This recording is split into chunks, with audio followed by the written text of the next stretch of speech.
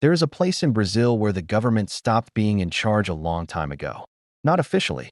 On paper, the state still owns the buildings. The guards still show up. The warden still has an office. But inside the walls, deep inside, where the cameras don't reach and the lawyers never go, someone else makes the rules. And those rules are not written down anywhere. You learn them by watching, by listening, by surviving long enough to understand what the silence before a fight sounds like. What a certain look from a certain man means. What it means when the noise in a cell block suddenly stops. Most people never learn. Not in time. This is not a story about criminals. This is a story about a system that was supposed to punish people, that was supposed to protect society. And what happened when that system collapsed so completely that the people locked inside had to build their own world from scratch. A world with its own laws, its own money, its own courts, its own executions. What you are about to hear is real. Every name, every number, every event, documented, verified, reported by journalists, human rights organizations, and government investigations. Nothing here is invented. Nothing needs to be. The truth is already terrifying enough. If you've never subscribed to this channel, right now is a good time. What's coming in the next 30 minutes is unlike anything you've seen. Hit subscribe and stay with us. Brazil is the 6th largest country in the world. It has over 200 million people. It is a country of music, football, coastlines, and color. Most people know it for Carnival, for the Amazon, for the Christ the Redeemer statue standing with open arms over Rio de Janeiro. But Brazil also has the 3rd largest prison population on Earth. Over 830,000 people locked up. And for decades, those prisons have been so overcrowded, so underfunded, and so ignored that something extraordinary happened inside them. Something that nobody planned, nobody wanted, and nobody, not the government, not the police, not the judges, has been able to stop. To understand it, you have to go back, way back, to a city, to a prison, to a single night that changed everything. Sao Paulo, 1992. The city is hot. The streets are loud. Brazil is still young as a democracy. The military dictatorship only ended 7 years before. The country is trying to figure out what it is, what it wants to be. Inside a massive prison on the north side of Sao Paulo, 7,000 men are crammed into a space built for 4,000. The prison is called Carandiru, and it is already known as one of the worst places in Brazil. On October 2nd, a fight breaks out between 2 groups of inmates. It starts over something small, the kind of argument that happens every day in a place like that. But it spreads. Cells are destroyed. Improvised weapons appear. The prison administration loses control. The military police are called in. What happens next is still debated in Brazilian courts to this day. But the facts, confirmed by autopsies, witness testimonies, and official investigations, are not in dispute. The police entered the prison. They moved through the cell blocks. And when it was over, 111 men were dead. 111.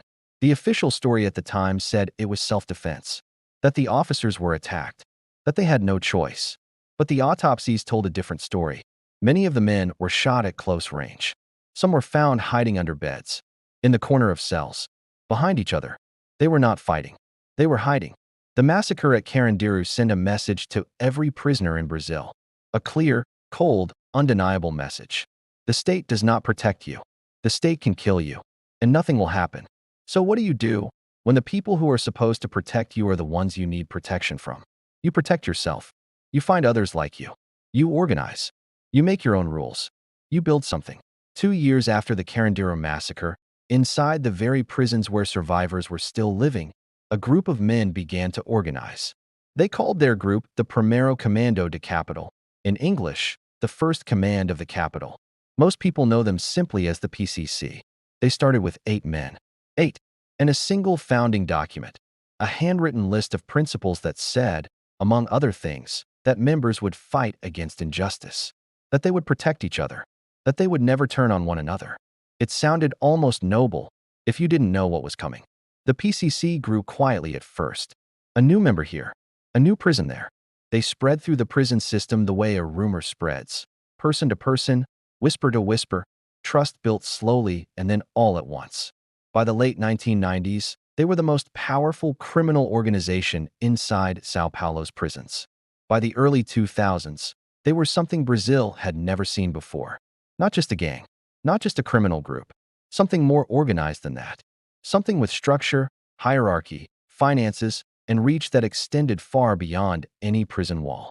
We'll come back to the PCC, because what they became is one of the most remarkable and most frightening stories in modern criminal history. But first, you need to understand the world they were born into. Because without understanding what Brazilian prisons actually look like on the inside, what daily life means for the men trapped there, none of what comes next will make sense. Imagine a room, a small room, the size of a large bathroom. Now put 16 men in it. Men sleeping in shifts because there isn't enough floor space for everyone to lie down at the same time. That is not an exaggeration. That is the documented reality in many Brazilian prisons. Cells built for 4 people holding 12, 14, 16. Men sleeping on top of each other. On the floor of the hallway. In the bathroom. Brazil's prisons are at nearly 200% capacity on average. In some states, it is worse. In some individual facilities, cells are holding 3, 4 times the number of people they were designed for. Now add the heat. Brazil is a tropical country. Many of these prisons have no air conditioning. The cells are concrete. The windows, if they exist at all, are small and barred. In the summer, the temperature inside a cell can feel like the inside of an oven. Now add the hunger. The Brazilian government allocates a small amount of money per prisoner per day for food.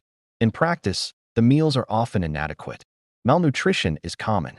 Disease moves easily through a population that is crowded, underfed, and without access to consistent medical care.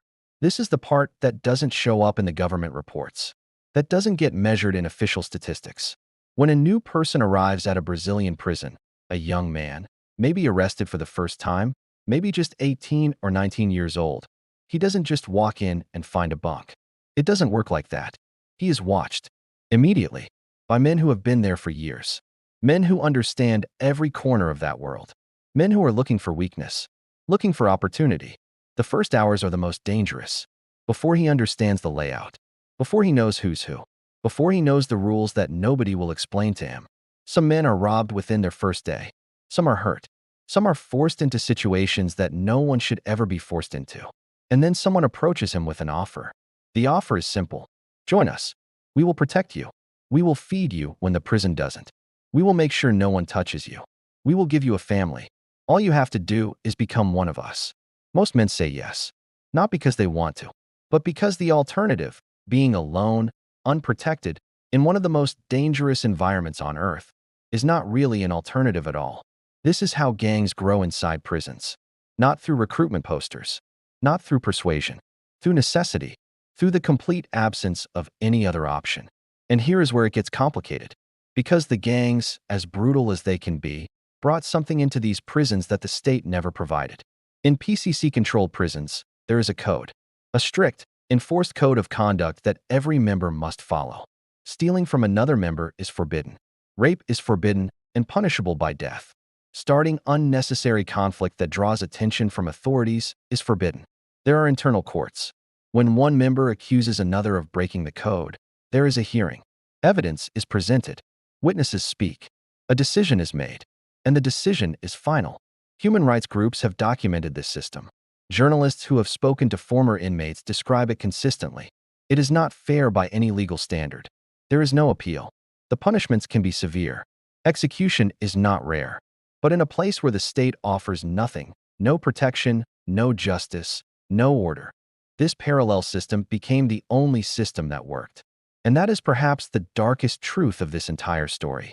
Not that criminals built a shadow government inside Brazil's prisons, but that they were able to, because the real government had already abandoned the people inside those walls. The question is, what happens when that shadow government gets powerful enough to reach outside the walls? What happens when the gang that started with 8 men inside a single prison becomes an organization with more money, more weapons, and more discipline than some small countries? What happens to the streets of Sao Paulo? To the Amazon? To Brazil itself? That question has an answer, and it starts with a date. May 12, 2006. A date that the people of Sao Paulo will never forget. A date when the world got its first real look at what the PCC had become. May 12, 2006. Sao Paulo, Brazil. It is a Friday evening. People are finishing work. Kids are coming home from school. The streets are busy the way they always are in a city of 12 million people. Food vendors on the corners. Cars honking. the ordinary noise of a Friday. Then, without warning, buses start burning. Not one bus, not two. Across the entire city, buses are pulled over, passengers ordered off, and set on fire. Police stations are attacked. Officers are shot, some while driving, some while sitting in their cars, some while walking home off duty. Banks are closed. Schools shut down. People lock themselves inside their homes. By the end of the first night, 37 people are dead. By the end of the week, the number climbs to over 100. The city of Sao Paulo, the largest city in South America, one of the largest cities on Earth, had been brought to its knees. Not by a foreign army, not by a natural disaster, by a criminal organization operating from inside prison walls.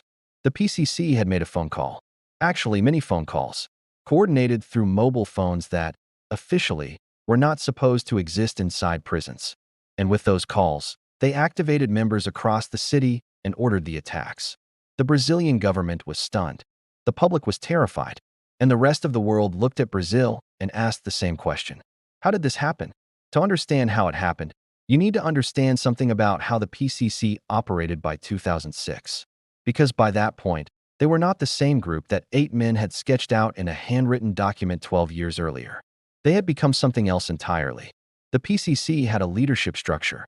At the top, a small group of senior members, many of them still inside prison, made major decisions. Below them, regional coordinators managed operations in different parts of the state. Below them, street-level members carried out orders, collected money, and reported back up the chain. It functioned, in many ways, like a corporation, with accountability, communication, and consequences for failure. They had a treasury. Members paid monthly dues, roughly 50 Brazilian reais per month for those on the street, adjusted based on income. That money was pooled and used to pay lawyers for imprisoned members, to support the families of members who were locked up, and to fund operations. This was one of the things that made the PCC different from a simple gang. They took care of their own. If your brother was in prison, the PCC might send money to your mother. If you were arrested, the PCC would make sure you had a lawyer.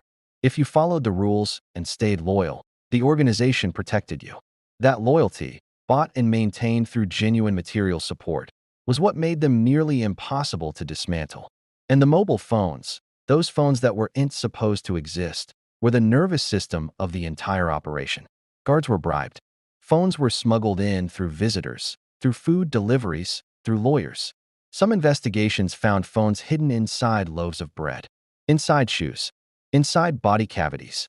The Brazilian authorities confiscated thousands of phones from inside prisons every year, and thousands more took their place. With those phones, the men running the PCC from inside their cells could manage street operations as effectively as if they were sitting in an office. The 2006 attacks were not spontaneous. They were a response. The government had transferred several senior PCC leaders to a new maximum security facility, trying to disrupt communication and control. The PCC responded by demonstrating, in the most violent way possible, that disrupting their leadership did not make Sao Paulo safer. It made it more dangerous. The government backed down. The transfers were quietly reversed. The attacks stopped. And in that exchange, a new reality was established. One that Brazilian officials would struggle to admit publicly, but that everyone involved understood clearly. The PCC had negotiating power. But the PCC was not the only force shaping Brazil's prisons. And to understand the full picture, you have to travel north, away from the concrete towers of Sao Paulo, into the Amazon, the state of Amazonas, the city of Manaus, a city deep in the jungle, on the banks of the Amazon River, where the heat never really leaves and the prison system is chronically overwhelmed. For years, Manaus was divided between the PCC and a rival organization, the Comando Vermelho, or Red Command.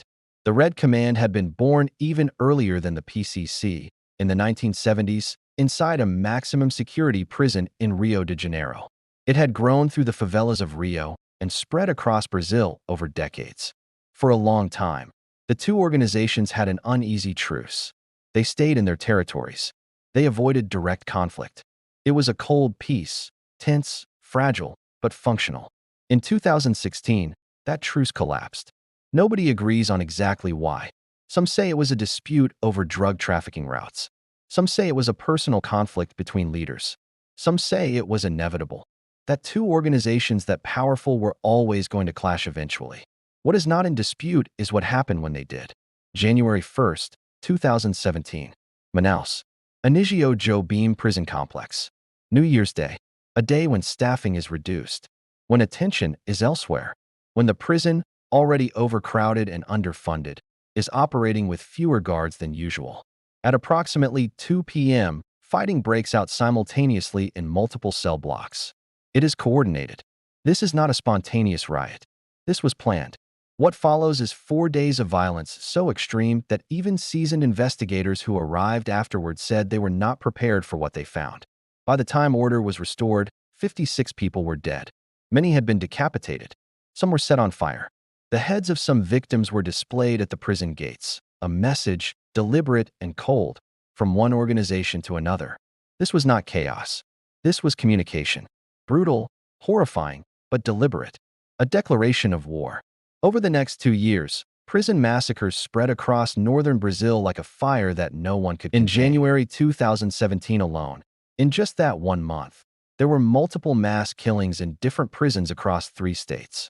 Over 130 people died in a matter of weeks. Each killing followed a similar pattern. PCC members in one section, Red Command members in another. A moment of vulnerability, a holiday, a shift change, a bribed guard who looked the other way. And then sudden, overwhelming violence.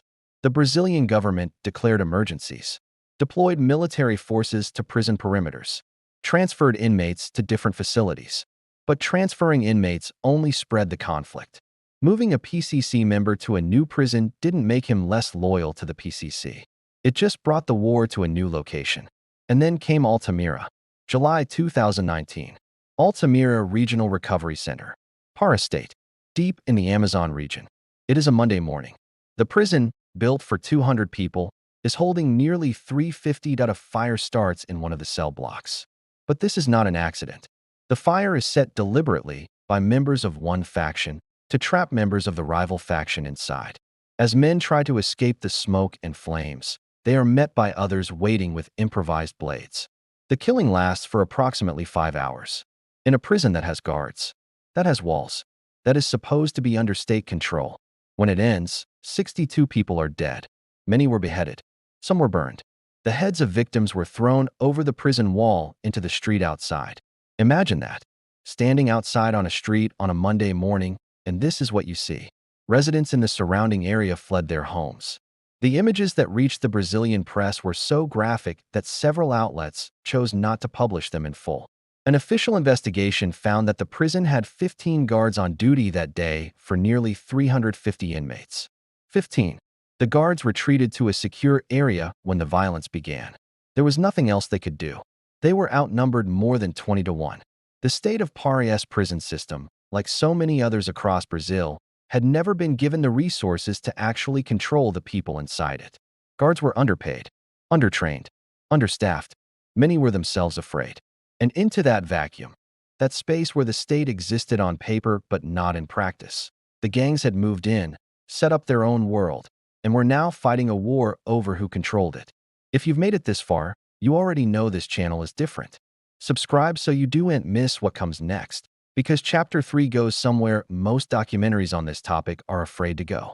After Altamira, after Manaus, after the 2006 attacks on Sao Paulo, after years of massacres, of bodies, of headlines, of government investigations that produced reports that produced nothing, why didn't it stop? Why does Brazil's prison system continue to produce this violence, year after year, with no end in sight? The easy answer is money. That the government doesn't invest enough. That prisons are underfunded. That there aren't enough guards. That's all true. But it's not the full answer. The full answer is harder. And it implicates not just budgets, but choices. Decisions made by politicians, by courts, by a criminal justice system that arrests enormous numbers of people. Brazil has been adding roughly 60,000 new prisoners per year, without building the infrastructure to hold them, without investing in the courts to process them, and without any coherent plan for what happens after they arrive. Here is a number that should stop you cold. In Brazil, approximately 36% of all prisoners have not been convicted of any crime. They are not serving sentences. They are waiting for trials. In some cases, waiting for years. locked inside the same overcrowded, gang-controlled prisons as convicted criminals, learning the same codes, joining the same organizations, making the same alliances. Some of them will eventually be found not guilty. They will walk out of prison having served years for something a court later decides they didn't do. But they won't walk out the same person who walked in. They will walk out affiliated, trained, changed by what they survived inside. This is how the gangs renew themselves. This is part of how the PCC grew from 8 men to an organization estimated to have over 30,000 members. Not just through recruitment from the street, but through a pipeline that the justice system itself created and maintains. You put someone in a broken system. They adapt to survive. They come out on the other side, shaped by what the system forced them to become. And then society is surprised by what they find waiting for them outside. There is one more thing to understand before the final chapter. One more layer to this story that most coverage of Brazilian prisons completely misses. Because this story is not just about violence. It is also about what grows in the absence of everything else. Inside PCC-controlled prisons, and this has been documented by researchers, by former inmates, by investigative journalists, there is something that functions like a community. Men who have been failed by every institution in their lives, schools that didn't teach them, hospitals that didn't treat them, a justice system that locked them up without trial, fined, inside prison, the first organization that has ever treated them as if they matter. The PCC runs literacy programs in some prisons. They mediate disputes between members in ways that feel, to the people involved, fairer than anything the formal justice system ever offered them. They fund funerals. They help raise children on the outside through financial support to families. None of this makes them good. None of this cancels out the beheadings, the massacres, the violence. Let's be absolutely clear about that. But it explains something important. Something that pure condemnation never explains. It explains why men who have seen what the PCC does, who have seen the courts, the beatings, the executions, still choose to join, still feel loyal, still, even after leaving prison, maintain connections and identities shaped by their time inside. Because for many of them, the PCC gave them something no one else ever had, a place where they belonged. That is not a justification. In the heart of Brazil, a war is being fought, not on the streets, but inside the walls of its notoriously overcrowded prisons. This is the story of how a group of inmates, seeking protection and justice, forged one of the most powerful criminal organizations in the world, the Primeiro Comando da Capital, or PCC. It all began in 1992, in the aftermath of the Carandiru massacre, where military police stormed a São Paulo prison, resulting in the deaths of over 100 inmates. The official story was that they were quelling a riot. The survivors told a different story, one of execution. From the blood and ashes of Carandiru, the PCC was born the following year. Their motto was simple yet powerful: peace, justice, and freedom. Initially, they were a self-defense league, a brotherhood against the brutality of the state and the chaos within the prison walls. They established a strict code of conduct, known as the Statute. It governed everything from internal disputes to how members should treat each other. This wasn't just about survival. It was about creating order. They eliminated the rampant violence and extortion that plagued the system, creating a parallel state behind bars. Prison officials, unable to control the inmates, often had no choice but to negotiate with PCC leaders. This newfound power didn't stay confined. As members were released or transferred, the PCC's influence spread like wildfire across Brazil. From its origins as a prison gang, the PCC evolved into a sophisticated international enterprise. Their network became vast, with operations stretching from neighboring South American countries to the ports of Africa and the streets of Europe. They operate like a multinational corporation, with a clear hierarchy, division of labor, and a focus on profit. Their business is managed with ruthless efficiency, laundering money through a complex web of legitimate businesses. But with great power comes great conflict.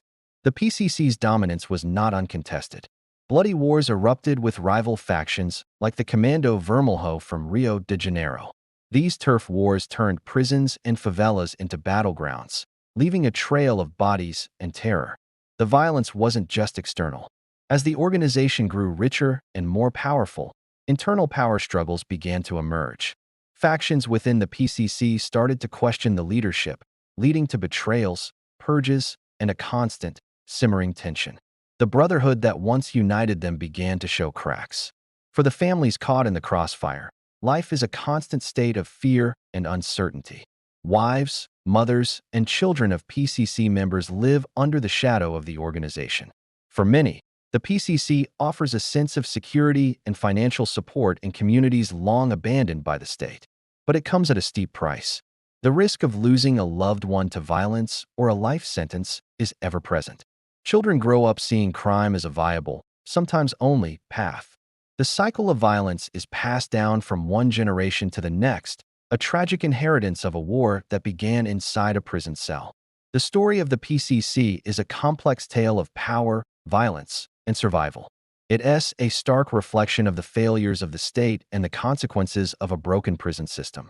From a cry for justice to a global criminal empire, the PCC's shadow looms large over Brazil.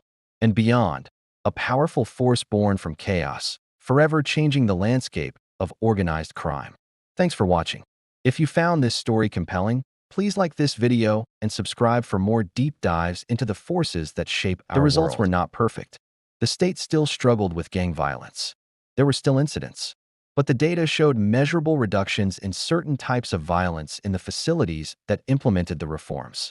Recidivism, the rate at which released prisoners return to crime and are rearrested, dropped in the pilot programs. It was not a solution, but it was evidence that something other than the current approach could produce different results. The challenge is scale. Brazil has over 1,400 prison facilities across 26 states and one federal district. Each state runs its own system. Policies that work in Ceará don't automatically apply in Amazonas. Funding that reaches São Paulo doesn't automatically reach Pará. And political will is inconsistent. Prison reform is not a popular campaign issue in Brazil. Voters who have been terrorized by crime, who have seen the PCC attack their city, who have watched the news reports of massacres, are not in most cases interested in better conditions for the people inside those walls. That is understandable. And it is also, ultimately, self-defeating. Because the evidence is clear. Prisons that are more humane produce people who are less dangerous when they leave. Prisons that are broken produce people who are more dangerous. The choice about what kind of prisons to maintain is, in the end, a choice about what kind of streets you want to live on. In early 2025, in Rio de Janeiro, a massive police operation was launched targeting gangs in the northern part of the city. Operation Containment. Hundreds of officers, armored vehicles, helicopters. When it ended, between 120 and 132 people were dead. The exact number was disputed, investigated, reinvestigated. Human rights organizations raised serious questions about what had actually happened, whether all of those killed were combatants, whether proper procedures were followed, whether the operation was a legitimate law enforcement action or something closer to what investigators would call extrajudicial killing. The Brazilian government said it was necessary, that the gangs operating in those neighborhoods represented an existential threat. That force was the only language they understood. Critics said it was exactly the kind of operation that, in 1992, had filled a prison courtyard with 111 bodies. And that, just like in 1992, the consequences would not be peace. They would be recruitment, retaliation, reorganization, a new generation of men with reasons to join organizations that promised them protection and justice in a world that had offered them neither. History, in Brazil, has a way of repeating itself, not because Brazilians are incapable of learning from it, but because the structures that produce this violence, the poverty, the inequality, the broken justice system, the underfunded prisons, are still in place. And changing structures is harder than launching operations. It is slower. It is more expensive. It does not make headlines the way a helicopter assault does. Is there any way out? Here is what the evidence says. Not what politicians say. Not what gang leaders say. What decades of research, across multiple countries, on multiple continents, actually shows. Prisons that are less crowded produce less violence. That means either building more capacity or, and this is the part that requires political courage, reconsidering who is being imprisoned in the first place. 36% of Brazil's prisoners have not been convicted.